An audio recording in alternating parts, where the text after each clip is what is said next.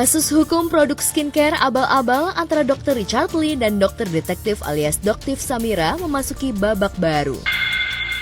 Setelah saling lapor di Polda Metro Jaya dan Polres Jakarta Selatan, Richard Lee dan Doktif kini sama-sama resmi jadi tersangka.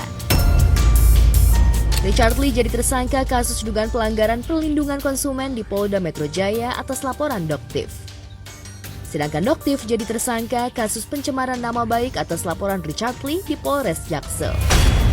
Setelah mangkir Rabu 7 Januari 2026, Richard Lee menjalani pemeriksaan sebagai tersangka di Polda Metro Jaya. Akankah Richard Lee bebas melenggang ataukah malah akan langsung ditahan mengingat ancaman hukumannya 12 tahun penjara?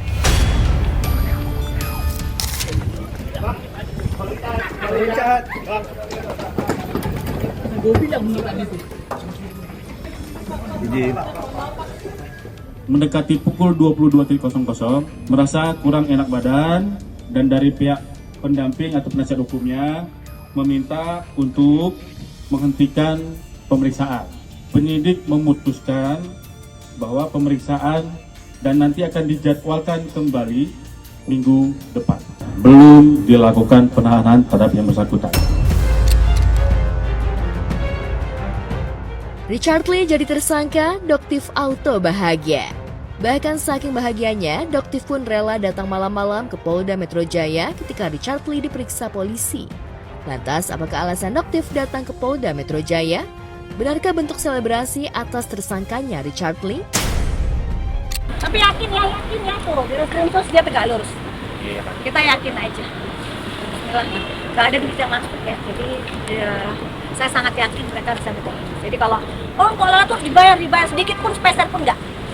Ya, jadi jika mereka bekerja tegak lurus bisa menahan seorang DRL, luar biasa apresiasinya. Jadi yang bersangkutan karena saat ini masih dalam kondisi kurang sehat, ya, karena memang tidak boleh melakukan pemeriksaan terhadap seseorang kalau dia dalam kondisi yang tidak sehat. Tak hanya bahagia Richard Lee resmi menjadi tersangka, Doktif juga siap membongkar semua kebohongan Richard Lee atas produk skincare abal-abal yang diperjualbelikan di klinik kecantikannya. Dugaannya Doktif dia tidak akan melakukan yang namanya pra-peradilan. Kenapa? Karena dia tidak mau melawan penyidik. Dia saat ini membutuhkan belas kasih penyidik. Dia kemungkinan besar tidak akan melakukan yang namanya gelar perkara khusus di Mabes. Kenapa? Karena sudah pernah terbuka kasusnya dan Mabes pun melihat kasus ini jelas terang benderang.